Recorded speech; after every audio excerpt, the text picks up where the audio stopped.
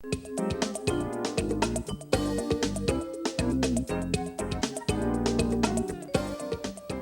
guys, Hap and Laura are still here in the studio with me, and we're talking about Artica.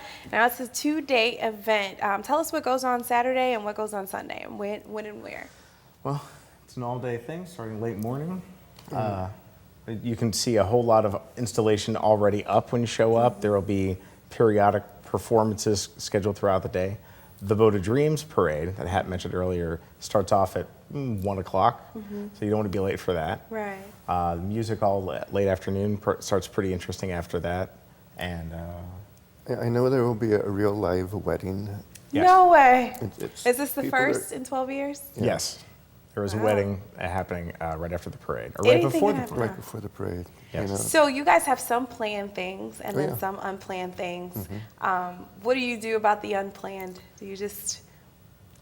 There's some loose structure going on site. Some volunteers running around to help with a little radio network just in case things happen. Usually an artist can just show up and do something. They usually check in to make sure they're not on top of each other. I'll be wearing a big orange hat. And just find me and say, can I do this here? And I will probably say yes. Oh, Yes. cool. Or Do you someone else will. encourage artists to just come on down if... Absolutely. They feel it. The most interesting things have happened that way over the years. What happens to the art that's created at Artica? Some of it's earth-based, where people are going to dig in the earth. I know it's happening this year with several different people, and it'll just stay there until it washes away or fills up.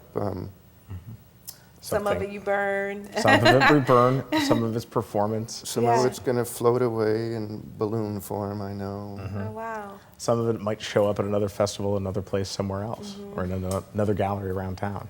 What do you guys look forward to most during Artica? We probably know more about what's going to happen there than anybody else. But we don't know what's going to happen there. Right. It's always a surprise. I mean, there's always someone who comes in from out of town, out of state, who just does something that blows our mind. So do you have participants that come in a lot from out of town, or? Sometimes.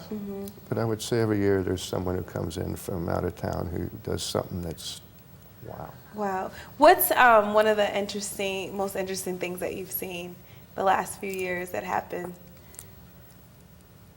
Last year we had an artist, John Pruitt and Michael Paradise. They rented the helicopter down at the Arch.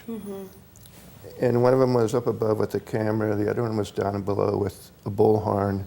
And they got everyone to line up like marching band formation, so it spelled out, "We are Artica," you know. And I mean, it was a piece that was like a block long. You know? Yeah, Wow. that was really It amazing. was fun. Very cool. So can you tell us when and where, and ticket information?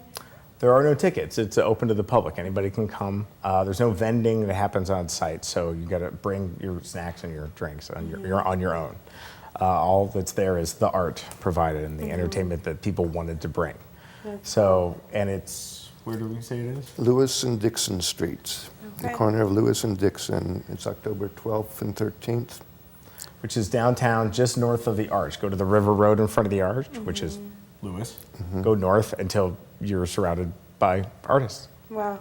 What a creative, I know there's going to be a lot of creativity in the air. Wish you guys a lot of luck on your festival. Thank you guys for joining us today. you. Guys, Thank you. coming up on STL TV Live, we'll begin our exploration of St. Louis Fashion Week and this year's project design competition. Dwight Carter from Rock Uniform will be here with us when we return.